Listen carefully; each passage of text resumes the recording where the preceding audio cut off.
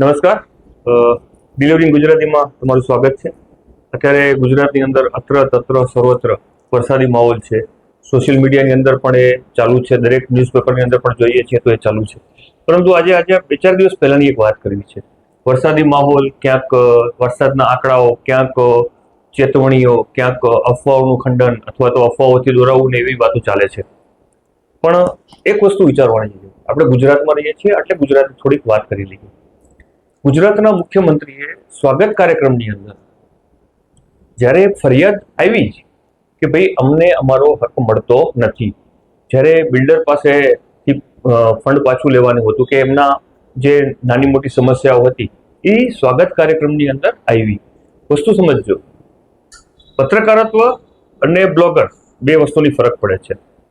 જે માત્ર like, comments અને વ્યૂ માટે જે કામ કરે છે અને પત્રકારત્વની વાત છે. આ ક્યાંય મુદ્દો દેખાણો નહીં. માત્ર ને માત્ર પત્રકારે જેને કહેવાય ને મુદ્દાની સવિસ્તાર માહિતી આપી. વસ્તુ વિચારો, અત્યારની પરિસ્થિતિની અંદર વરસાદી માહોલ, ક્યાંક પાણી ભરેલા છે, ક્યાંક રોડ રસ્તાઓ બંધ છે, ક્યાંક આફત આવવાની સમસ્યાઓ માટેના નિવારણની વાતો છે.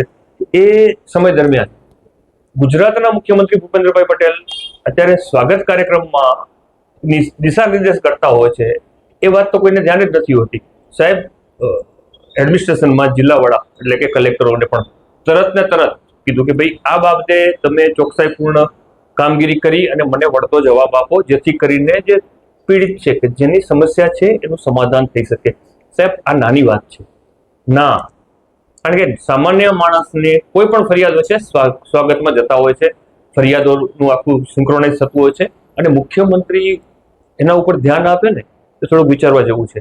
આજે આ એરાની વાતો છે જ્યારે આપણે ક્યાંક વિરોધ, ક્યાંક અવરોધો ઊભા કરતા હોઈએ છીએ કે ભાઈ અમારું કામ થતું નથી.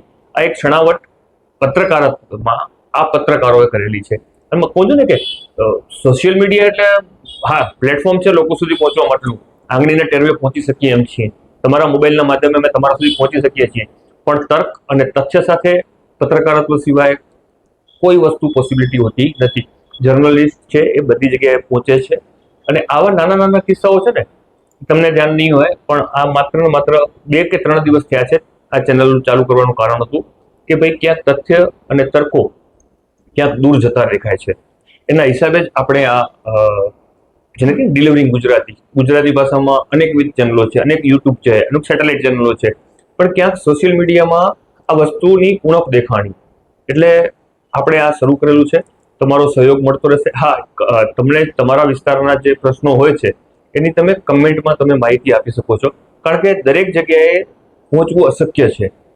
અને બીજી એક ખાસ વાત, અહીંયાથી તર્ક અને તથ્ય સાથેની વાતો કરવાના છીએ.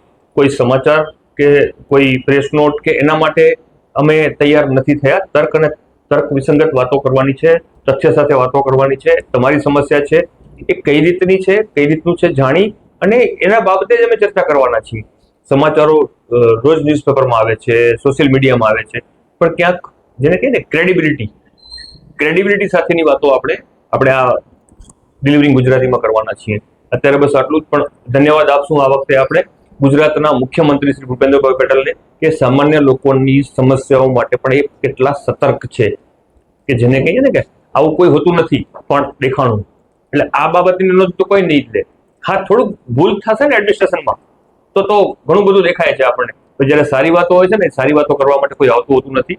આપણે જરૂર સારી વાતો પણ કરશું, તર્કસંગત અને તથ્ય સાથે કરશું. નમસ્કાર.